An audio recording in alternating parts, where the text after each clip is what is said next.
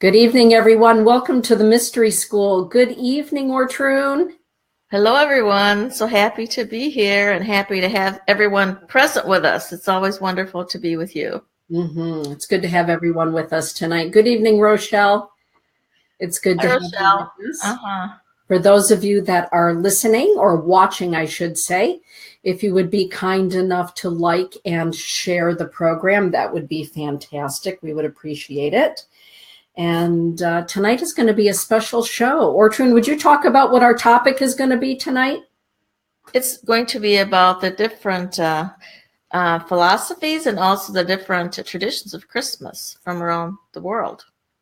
So that should be fun to see It'll be how a people. great conversation. Yes, and I think it will be too. I think it'll be lots of fun to get a little bit of a different perspective. And maybe you already know the perspective, but it's a nice time to be speaking about what goes on during this time, because I think everyone is very, very, there's just a energy that when Christmas time or Christ Mass time comes around, of this love, peace, and joy, because that's really what the season's all about. And it brings back lots of memories, and it's just a precious time, I think. Mm-hmm. So, And speaking of Christmas, some of you may notice that Carl Franklin is not here at the moment. So, Ortrun, where's Carl? Carl's off being Saint Nick.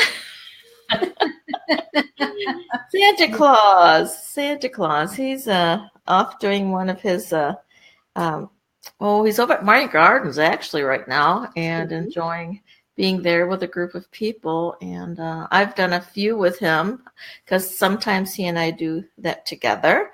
As a matter of fact, we're going to be doing it for the Native American program for Grand Rapids school system. That right, Dana? The one that we Tuesday night. next week already. I know. And so it's just fun to go sometimes. And as a matter of fact, Susan McFarland and Jane Butler, they came and saw us over at AK Rick's. And it was really fun to see them and have them sit on our laps and take pictures and stuff. It was really nice to see them. So You're never too old. Never. You're never too old to see Santa and Mrs. Claus, are you, Ortrun, ever? No, I don't think so. I think that it's always a good thing. Again, I'm never going to be too old to see Santa and Mrs. Claus ever, ever, ever. Well, Santa goes to some nursing homes and retirement homes also. And he has more fun there because these elderly individuals, they just perk up so. As a matter of fact, we stopped also on Saturday, he and I, at the greenhouse, which is in Grand Rapids also. And the people they just sparkle when they see you walking in. And they really and truly, they may be sitting in their wheelchairs and they don't even look like they're alive, but they perk up when they see Santa Claus and also Mrs. Claus. They seem to like Mrs. Claus too. So what do you think it is about Santa and Mrs. Claus that perks up even, the elderlies among us? What is it about Mr. and Mrs. Claus? Well, I think that it's those wonderful memories that they had, as children. I know that for me, that was a really tremendously important time of the year. And maybe later on we'll get into the history of what St. Nick is all about. But it was always that wonderful time because this jolly old man, he would come and he would be kind and joyful and giving and embracing. So I think that those are just good memories that the children have. At least I hope they do. I mean, and even the elderly children, because every once in a while you hear about someone that did not have as good of a Christmas time, and it was really quite sad for them. Mm-hmm. So it's really a time of magic. It's a time that the children are expecting magical things to happen, and they're expecting good to be brought into their life, and so I just think it's a wonderful time. Yes. I agree. Reminds them of the magic of childhood. Exactly. Thank you, Janice. Yes. Mhm.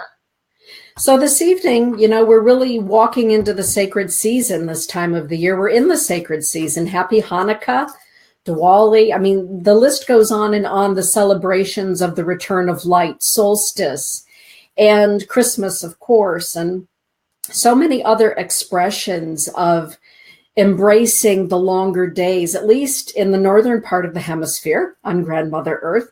And it's also a wonderful way to recognize the light within us. And so, Ortrun, I'm hoping that you will lead the show this evening with a short meditation, to get us into the spirit of what we're going to be talking about tonight, the esoteric, the inward and the outward teachings of Christmas. Okay. Okay, everyone. So let's make ourselves comfortable for a few moments. And close your eyes. And take a deep breath. And allow yourself to relax into this time, into the space that we are sharing together. Christmas, Christ, Mass, the Anointed One, the Anointed One. As you move deeper into your essence, your divine essence, begin to remember that divine essence of the Christ. The divine essence of the Christ that dwells within each and every one of us. Focus on that aspect of yourself. Look at your physical body for a moment, your mental, your emotional, and your spiritual bodies. Along your spinal column, up and down your spinal column, there are the many chakras. And these chakras, they carry with them colors. The colors of the rainbow and more. Each one a color of the divine Christ. See yourself allowing these energies, these colors of the rainbow to move up and down your spinal column, activating the chakras within you. It becoming the trunk of you, the Christ. And see these energies flowing and grounding into the earth. You find yourself being grounded into the earth, but you find yourself also being connected with the divine essence of Creator God. And as you take a few deep breaths, you begin to sense how these energies, the colors of your chakras, begin to radiate. They radiate from the core. And as they radiate to the right and to the left and to the front and to the back, see it forming around you, the Christ tree. For within every atom and every cell of your being, the Christ essence dwells. The divine essence of the Christ. So sense the energies of this time of year, whether it be the Buddhic, or whether it be the Christ, or whatever you might celebrate. Sense the energies, the divine light and love energies in every pore of your being. Your Christ tree is being lit. And look how beautiful it is. Look how beautifully it adorns our land. Look how beautifully it radiates. It glistens and glows, the glittering of like candlelight. It is radiating from you. For you are the Christ in expression. And being the Christ in expression, it cannot be contained only within you. So this divine Christ light moves from you, and it becomes the Christ Mass, touching the masses, touching everyone that is close to you and further yet, activating the energy centers, the chakras within everyone that you meet. And it not only stops there, but it continues to transmute and form and focuses around the earth, like Saint Nick with his sleigh.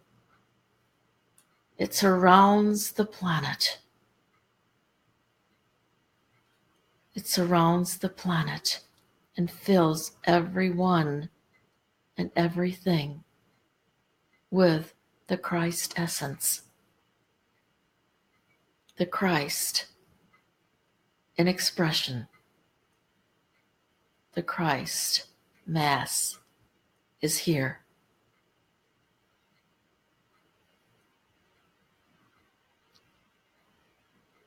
Allow yourself to feel this for a moment.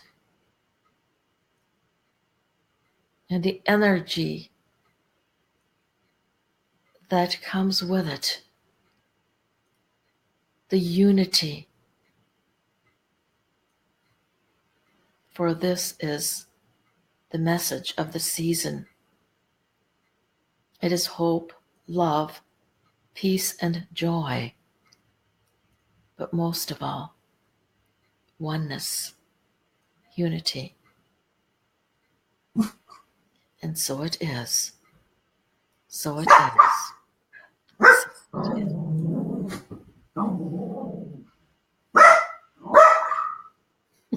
Marilyn joined us. Yeah.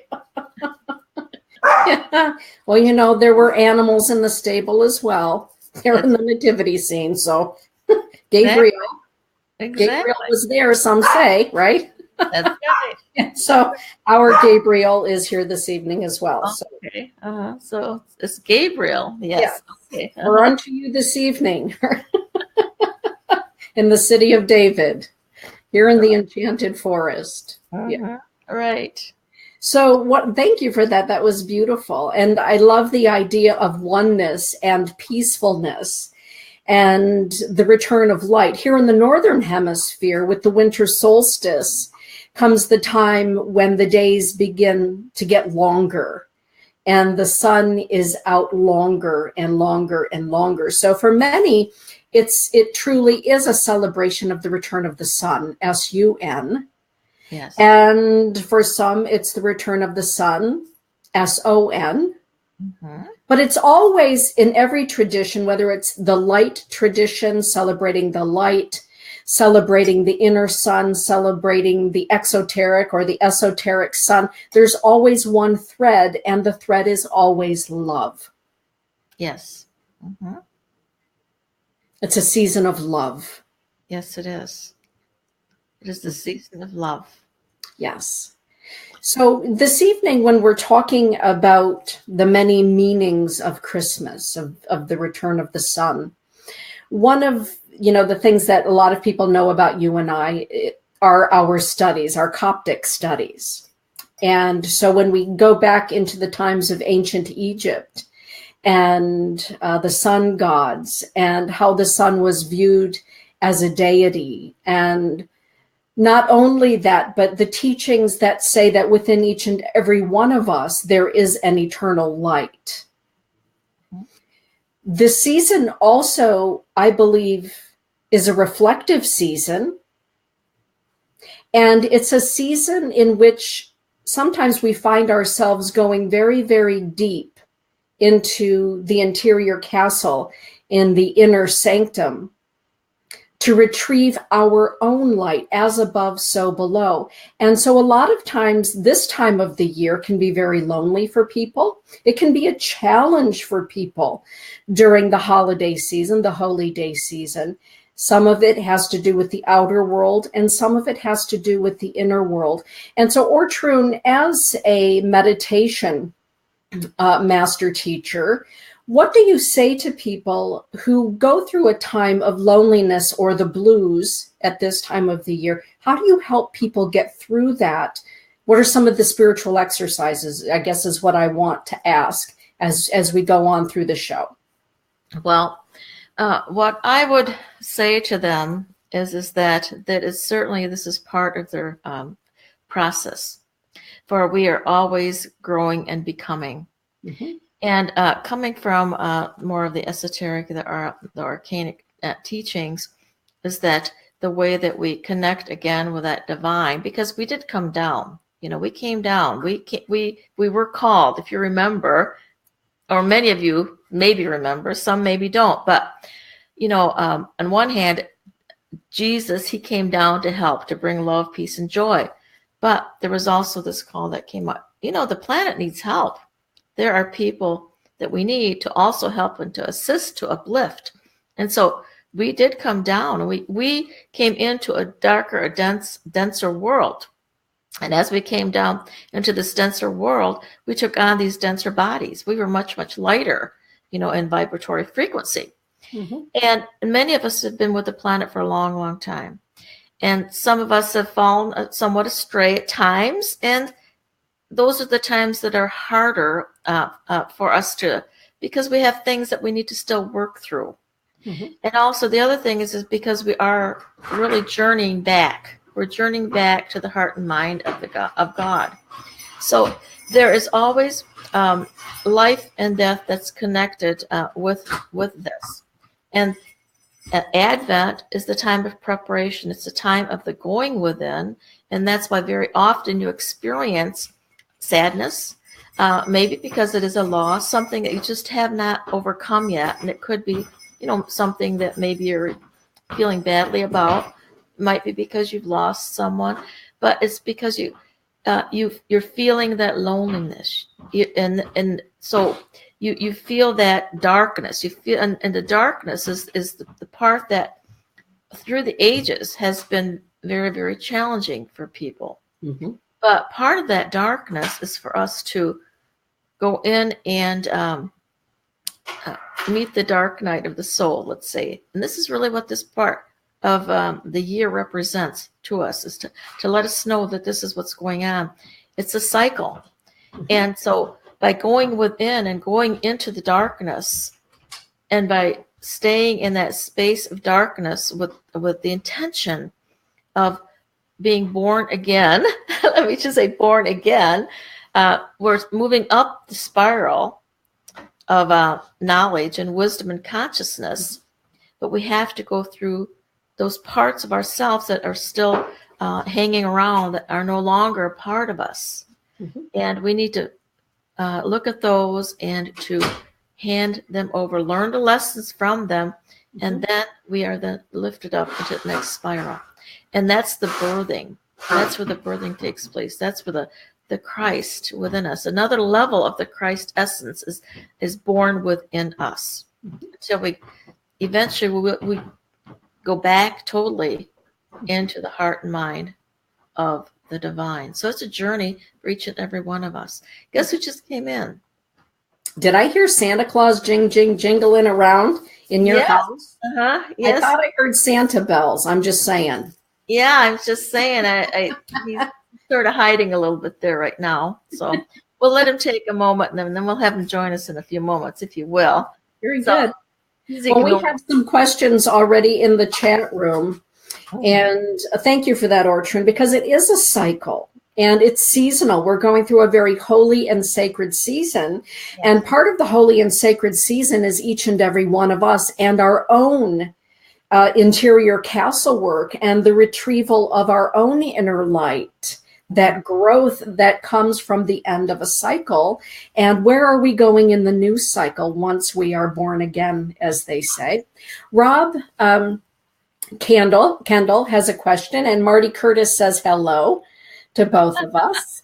Hi, Marty, and hi, Rob. And really, you think you look somewhat like Carl?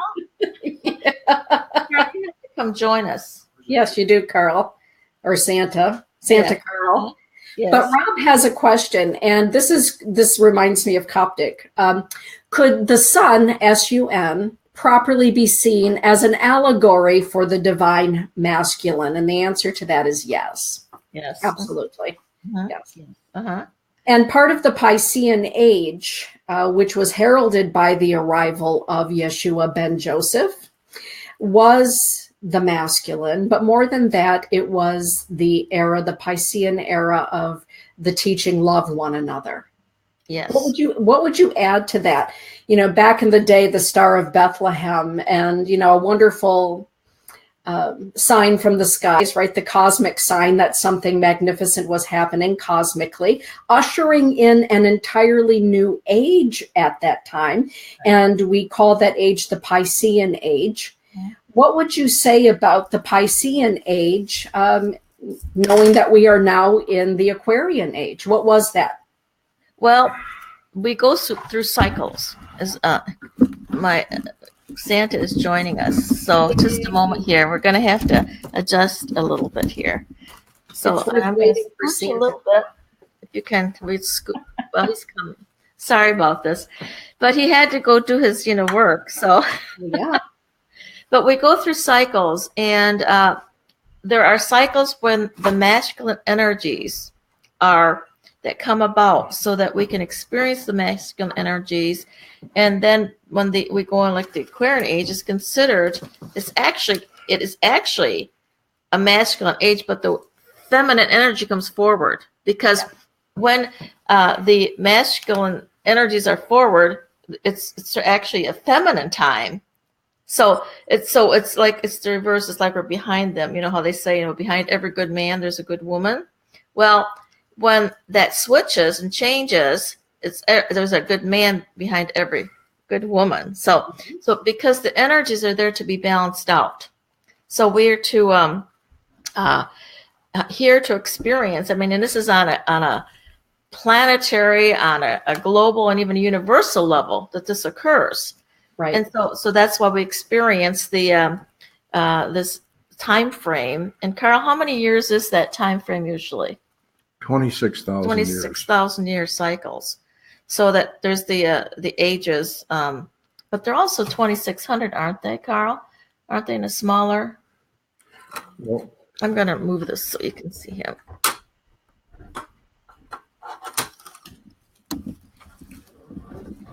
there's this cycle of Nibiru, which is 3,600 years, and then there's the 26,000 year, and that's really one time around the spiral, and that's when you then start another, and that's that's measured by the zodiac, incidentally. Well, but it's measured by the zodiac on a larger scale. They've got the zodiacs that are all over the world that show that 26,000 year cycle. But then, of course, it's also shows up for us in a different time frame. I thought it was 2,600 years, every 2,000 years that it changes. There's the Aquarian age, then there's there was the Piscean age that we came from. Well, each of the ages is about 2,300 years, and you take 12 of those, you've got the 26,000 years. So, but each one of those, they alternate. It's masculine energy, it's feminine energy, masculine energy, and feminine energy, so that there's always the balance, because the unity, the oneness, is when it all comes together, and there's the balance between the two, and that's when that pendulum stops swinging.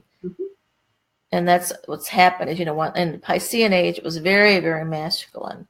Right. So I'm hoping that in the Aquarian age that it won't go so far out, so that it's so feminine that it's out of balance there. Because really, what we're looking for is to have that balance between the the masculine and the feminine energies. And that's what we're striving for also, of course, in our own lives, is to come about and have that balance between us. And that's what challenges are there. And that's, I'm going to say, probably the darkness is when we do have the challenges. So that, but that's when we're actually working with the divine feminine, because it's the time of the moon. It's the time, of the like Nut, the goddess Nut. That we are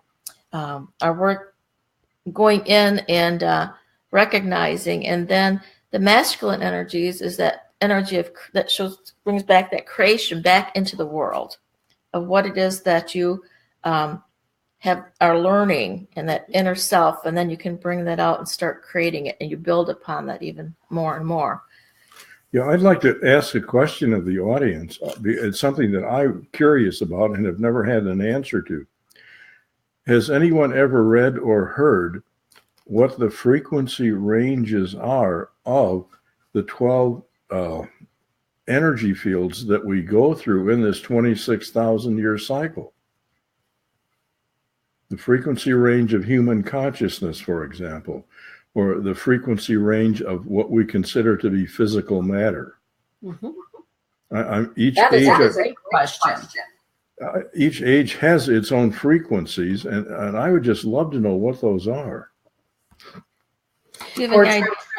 Donna Thompson is making a comment, and she's saying, me too, Ortrun. As a double Libra, I'm praying for more balance of masculine and feminine. Yes. And, that includes, well, as you were saying, each and every one of us is the balance. So people who are more masculine in who they are and what they are and how they came here to be are, finding some bit of troubles in allowing more of the feminine to come up front. And that also means women who are far more masculine than they are feminine. Yes. It can be a very challenging time to bring about balance as Pisces and Aquarius begin to really interlace, so that Aquarius comes to the forefront here. One of the questions that I have now that we have Chris Kringle and Mrs. Kringle together, all of us, trying to scooch back a little bit, give you a little more. At this time of the year, sometimes it can be a little troublesome for parents, aunties, uncles, grandparents to maybe talk about what Santa Claus's message really was, St. Nicholas's message was in the beginning. We all know that this is the time, at least in the United States, of mass consumerism all across the board. For those that would like to learn for themselves, or maybe they have some young people that they would like to balance the mass consumerism with the spiritual aspect of Christmas, how can you, you're the perfect pair to ask this to. What can we teach our young children and our own inner child about what this is really about? How about the truth? I'd like to share with you the true story of Santa Claus. It begins in the 5th century in Turkey, when a bishop died, and the cardinal had to appoint a new bishop, and he was a very devout man. He prayed to God for guidance, and there was a miracle. He heard a voice, and the voice said, "You're to sit in the cathedral church that needs the bishop, and you're to ask every male that comes in the door what his name is. The first one that tells you his name is Nicholas, you are to make bishop." Well, the cardinal was elated. He'd heard the voice of God, and he knew what to do. He had to sit in that cathedral church for 3 days before Nicholas came in, and it turns out that he was a 12-year-old boy. And if you were the cardinal, would you make a 12-year-old boy bishop with responsibility over hundreds of churches, over the nuns, over the schools? But the cardinal was firm enough in that he had heard the voice of God that he made 12-year-old Nicholas bishop. And Nicholas was bishop there for 70 years. It so happens that Nicholas was an orphan. His parents had died 2 years previous in a plague that had gone through their rather large city. and his parents were the wealthiest people in the city. And Nicholas was their only heir, so he inherited what today would be tens of millions of dollars. And the reason God wanted 12-year-old Nicholas as bishop is because he had an open, compassionate heart. And in those days, if people needed help, there was no place to go except the church. So part of Nicholas's day was a line of petitioners asking for help. And usually they were asking not for themselves, but for their extended family or their whole town. And Nicholas did everything in his power to help everyone that came. And when his money was exhausted, he would then solicit money from other wealthy people. His reputation spread throughout Europe. People would travel for months to see Nicholas because they knew if they could see him, he would help. And always he did. So when he died, the people clamored he should be sainted because he lived as a saint. And the Catholic Church, well, it only took them 200 years.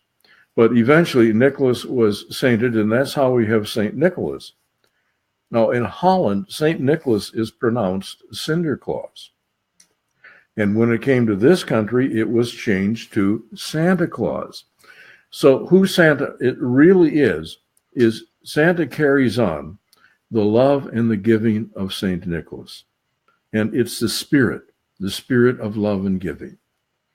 And to me, it's a real honor to be a Santa and to carry that spirit on and to add to it joy. And joy is one of the most powerful energies we ever experience.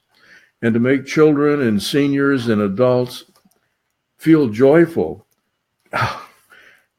just to experience that, I think I'm getting more out of it than they are. But it's just a great way to be and to live. So that's the true story of Santa. And I really would suggest to parents that when their children begin questioning Santa, that they tell them this story. And this, to the best of my knowledge, is true history. And I learned it when I went to Santa school. Yes. Mm-hmm. You went to the real Santa school, the oldest one in the country. So, yes. Well, St. Nick, I would just like to continue a little bit with this because one of the things that Kelly said was, she'd like to have her children hear the true story of St. Nick. And you can tell this story at on a much smaller scale where the children can understand it a little bit better, depending on the age of the child. So, but one of the things that we come across is, because we have St. Nick in our house, is when he'd come when our children were small, our grandchildren were small, he'd make his appearance. And then they would start questioning, well, I think that's Santa Claus, because where's Grandpa? He's not here, and so on. So they would, start questioning. So I had to start, talking to my grandchildren about St. Nick and talking about, that there are, there's the spirit of Christmas. But basically, when I was told my grandson, he was maybe about 3, I said, well, that gets passed on, because if you have love in your heart, you can be a Santa and so on, because it's really about the loving and the giving. So we can all really be Santa Clauses. So because that's really what it's all about. And that's what the whole meaning of the Christmas season is that to be kind and loving and giving. So, but it was interesting because he said, well, so if there was a Grandpa Santa Claus and there's a Santa Claus now, does that mean that my daddy's going to be Santa Claus? That's a fair question. It was a very fair question. I'm curious, how did you answer it? Well, I said he could be, because if he carries love and joy and peace in his heart, then that is what Santa Claus is all about. And he's the kind of a person that really is Santa all year long. He doesn't use that title, but he's just a very loving, giving, sharing person. I would just like to also say that, I'm from Europe. I mean, many of you already know that. And the tradition we had with Christmas was that, St. Nicholas Day is actually December 6th. Mm-hmm. And so we separated basically St. Nicholas from the a Christmas, the birth of the Christ child. That was actually separate things. It was the the fun thing, because over there we put our shoes out at night, and the night even eve of St. Nicholas, and oh, we just couldn't wait for him to come. And then when we opened the door, because we put it outside the door, oh, it would be filled with nuts and maybe some candies if we were very, very fortunate. But it just showed us that, oh, he does remember us. He remembers us, and so on. And that was really about all we got. I think that we've gotten so many more things nowadays, and everything's so commercial, as you mentioned. Mm-hmm.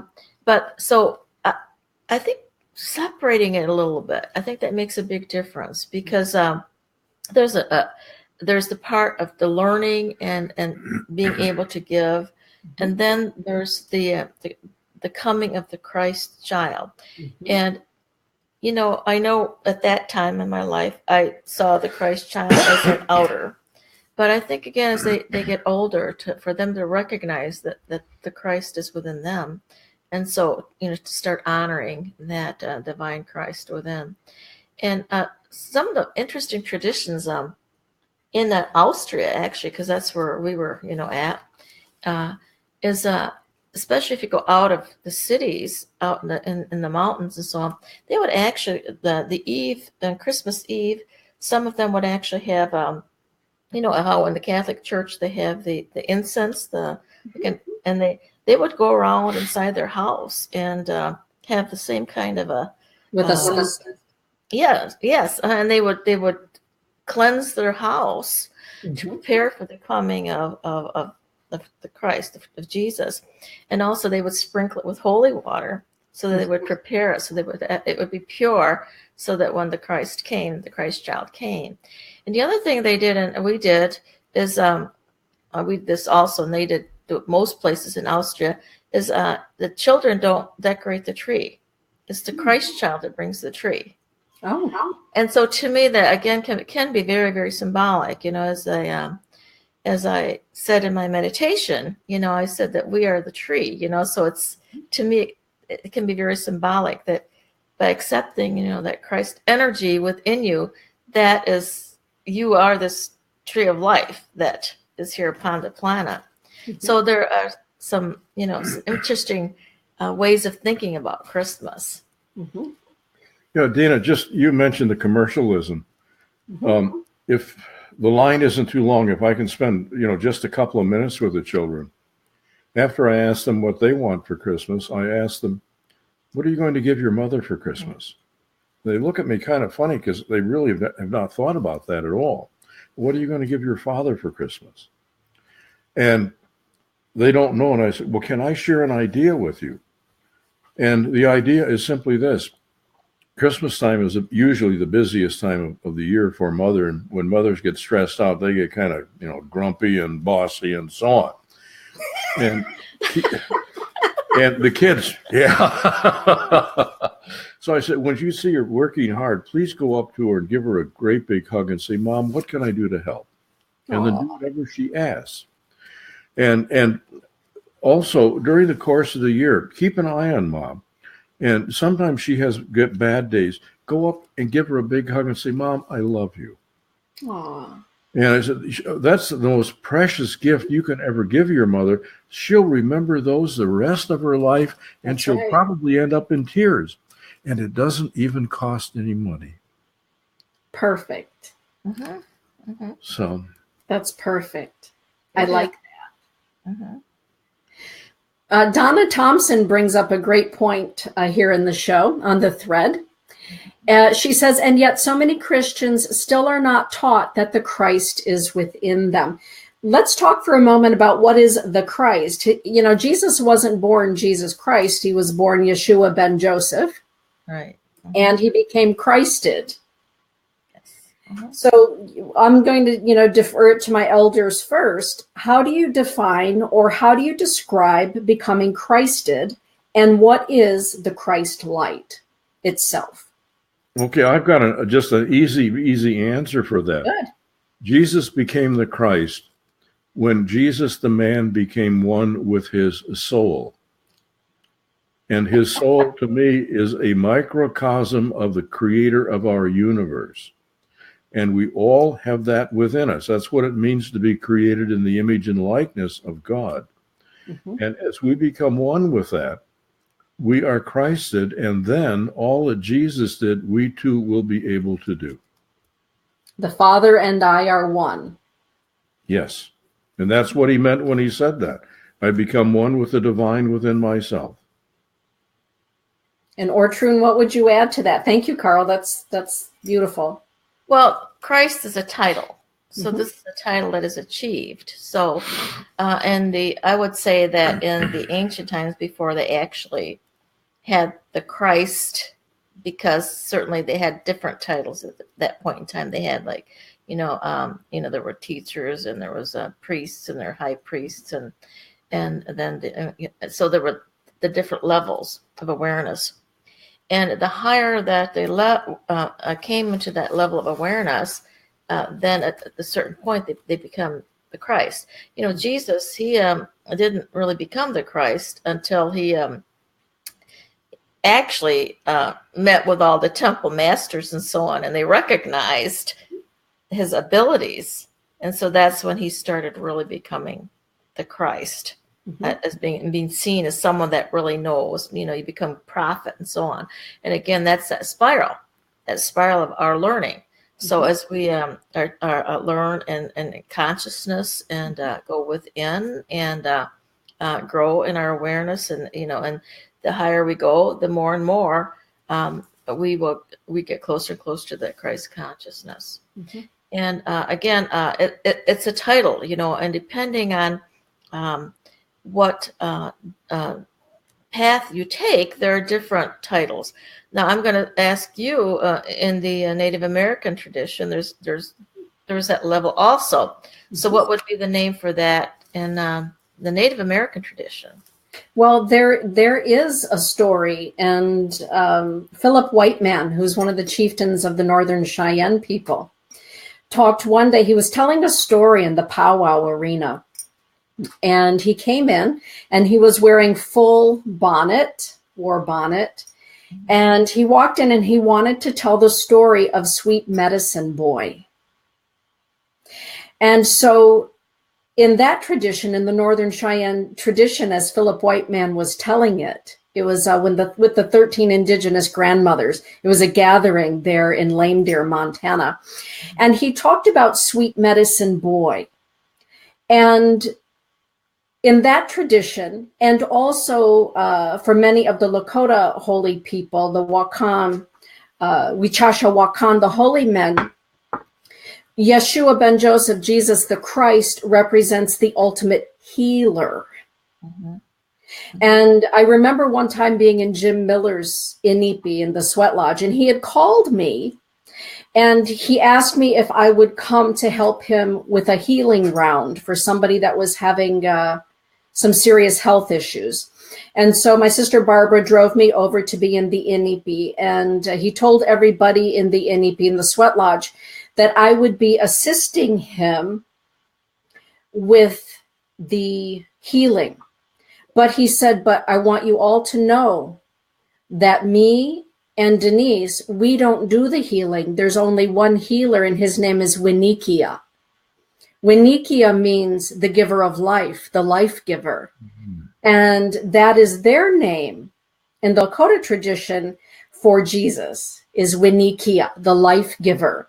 And so he explained that I grew up as a Christian, he grew up as a Christian, and so that we would be bringing Winikia into the healing. And so, Sweet Medicine Boy, healing, Winikia, the giver of life, the life giver. It's all about giving life, the sun, the inner sun, the divine substance. So there is a common thread. One of my favorite teachings about Jesus becoming a master is the one that is shared about at the time of his bar mitzvah. And these things we learn while we're in Egypt, typically. This is where I learn most of my things, right out of Egypt. was that at about the age of his bar mitzvah, he was brought to the Great Pyramid at Giza, and he was taken up into the king's chamber for initiation. And this is the time when all of a sudden we read about Saint Isa. He's then called Saint Isa, or Isa at the time, Issa, which means the enlightened Essene. And so people will say, well, who is this Saint Isa? How did this come about? And so it was at a time of initiation, at the time of bat mitzvah. But always, always, always, there's the thread of light, the thread of healing, of bringing from the dead to life. Yes. So that's what I know about it from those traditions. And as you know, inside my sweat lodge, the both of you have been inside my inipi, there is a beautiful purple piece of cloth that hangs down from the center star in the middle of my sweat lodge that represents Winikia. Life after life, resurrection, rebirth, everlasting life. Right. And that's the purpose for having that particular color inside my inipi. It represents the fact that Winikia is always present in all of my ceremonies. Mm-hmm. Did that answer your question, Carl and Ortrun? Yes, thank you. It's Yes. You know, because I've really not heard as far as the Native American. So, Mm-hmm. Okay. Those are two things anyway. Yes. So you know, this is not, I'm going to say, you know, there's so many things that come through that are considered to be fiction, but they are stories, but Mm-hmm. there's really, you know, truth to them. Uh-huh. And because it really can't be said. It makes more sense to individuals. They can see it and read it and possibly take it within if it's just told like a story. But I remember reading you know, that Jesus, you know, he was one of the Essenes. He was raised as an Essene. Yeah. And he was really, he was not the only one. There were many little boys that were being trained to become Mm-hmm. the Christ, the one that Jesus, you know, the role that Jesus played. Mm-hmm. And the same thing also, like with Mary Magdalene and the other children, you know, they were all there. And but the masters, they watched them and they saw, you know, what their qualities were and how quickly they, you know, it came to learn and to grow. And then there was a point in time where they actually chose. And it just happened that, you know, it was Jesus was chosen, you know. I mean, there were other little children too that could have possibly been put into that spot to play that role for the world. But he just happened to be the one that showed the most, I'm going to say probably as far as the love and the kindness, just like, you know, St. Nick does, you know, so. And the qualities that needed to be in that individual that came here on the planet to assist in its upliftment. Mm-hmm. And so that one of these children was actually chosen. And this is one of the stories you hear coming out of the Essene philosophies and traditions. Right. So it's very, very interesting. Mm-hmm. And I know that everything you read, it's important that you take it within. Mm-hmm. And see how that feels for you and see if it feels like truth for you. I am always very open to hearing many different thoughts and perspectives. And then I can choose to whether this is part of what I want to incorporate in my way of life and my belief system. Mm-hmm. So that's what I would really recommend for others also, yes. Because that's a little bit more unusual to hear that kind of a story. Being woven in as far as how that he didn't just come down from heaven and came down to earth, but he was actually trained here on earth before he ever came forward. Mm-hmm. Those are some of the things, you know, it's exciting when we travel to Egypt and we know that he lived in Egypt. And of course, at that time, traveled to Egypt. Well, his mother, you know, Mary, was pregnant, they say. And thank you, Caesar Augustus, for wanting to take a tally of who's who. And into Egypt they fled. And so we visited those places. I've been to that place where Jesus, Joseph, and Mary stayed at the time that they were in hiding. Yeah. And it's fascinating to talk to the Egyptians, both the Coptic Christian Egyptians and scholars, about the way that they're taught in the old country versus some of the things that we're taught here across the pond in the West. And I always say to people, if what I pose makes you raise your eyeballs, perhaps that's an invitation to educate yourself about other ways of understanding who he was, what he came here to teach all of us, to symbolize, to be an archetype of, and to become more intellectual and intellectually diverse about this time of the year, because there is a thread. The thread is light, the thread is love, the thread is healing, and there are so many ways of expressing all of that. Esoterically speaking, because the three of us love to talk esoterically speaking, Carl, esoterically speaking, what does this time of the year represent for you as an elder? Joy and love. And it represents deepening and renewing old relationships, particularly with the loved ones in your life. It represents family. Thank you.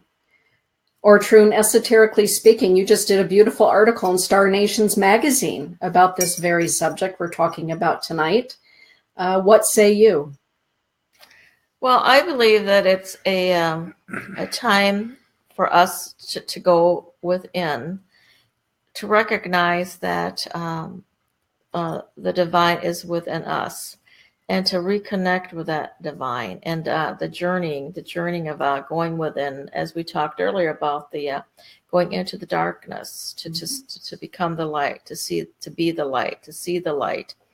And that it is that time of darkness, and that time of darkness that light does come forth. Mm-hmm. Even though, we talked about earlier that there are people that are going through, pain and sorrow this time of year. Mm-hmm. If they go within and connect with that divine essence that is within themselves, that they will meet that darkness on and see the light. Mm-hmm. That you see the light. Because it's always that spiraling upward. We're always, moving upward, and the child is born. We learned a lesson, and then the child again is born. That divine Christ, if you want to call him the Christ, that time, but it's at a different level, higher consciousness, and then the child is raised by the parents and given the tools, and then they start their own path. And I'm going to talk about, the path of, in a sense, of Calvary, because that was a path that Jesus walked also. And then there was the ascension that took place. But he came in as a child, being born after he got to a certain cycle. He came upward, and he was now going into another spiral. Mm-hmm. And he started again as a child, and then was trained again, just like the child was trained with his scene philosophies, and then you go into the darker, not darker, but the harder part of the learning, because there's something more that there is to learn, so that you can be uplifted into consciousness, and then there is again that death, and then with that comes that new life. Mm-hmm. The ascension, where you're moving into the higher essences, but then because we have chosen to be with the planet for a long time, many of us, and I think most of us that are present here, have been with the planet for ages. So you come back down again and start anew, actually at a higher level of consciousness. I love that. For me, when I reflect on this time of the year, with the solstice, and I think about it archetypically speaking.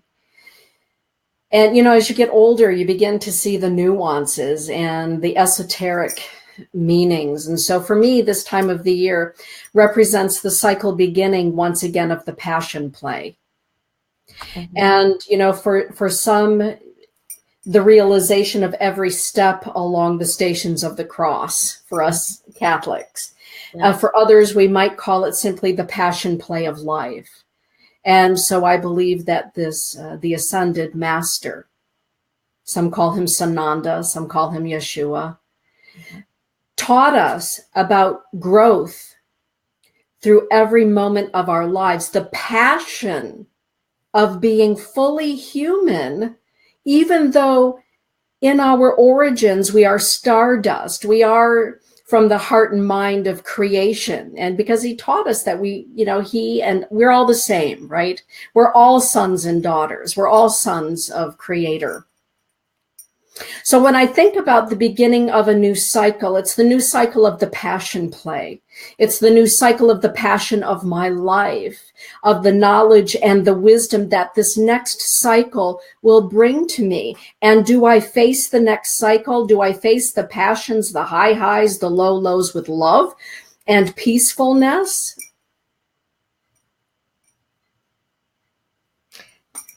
That's what it represents to me.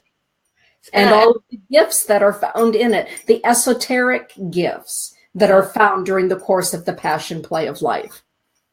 But I think that when you're spiraling up, as what you're saying, because you are going through that spiral, and you are learning more, and you see it in your life, that this span, how you learn to start walking through it more easily.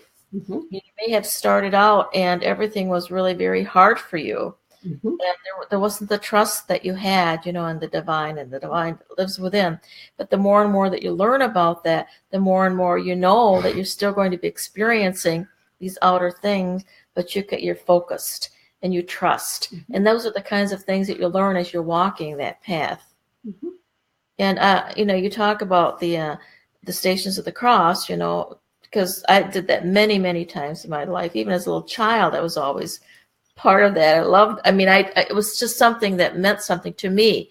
Mm-hmm. and recognizing as I look at that now is that even though we go through those times of challenge, and that there's always, there's someone there to assist, the angels there, there are ones to wipe your brow, and there are ones that lift up that help you lift that cross that you're carrying, that burden that you're carrying, these physical angels that come in.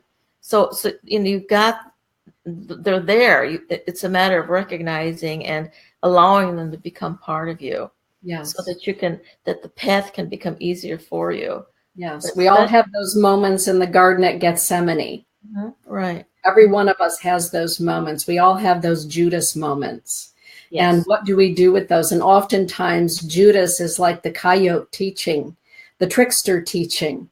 Some of our greatest loves come to us in the form of Judas, and in those moments at Gethsemane. Mm-hmm. Yeah. Yes, there's so much more you can go deeper.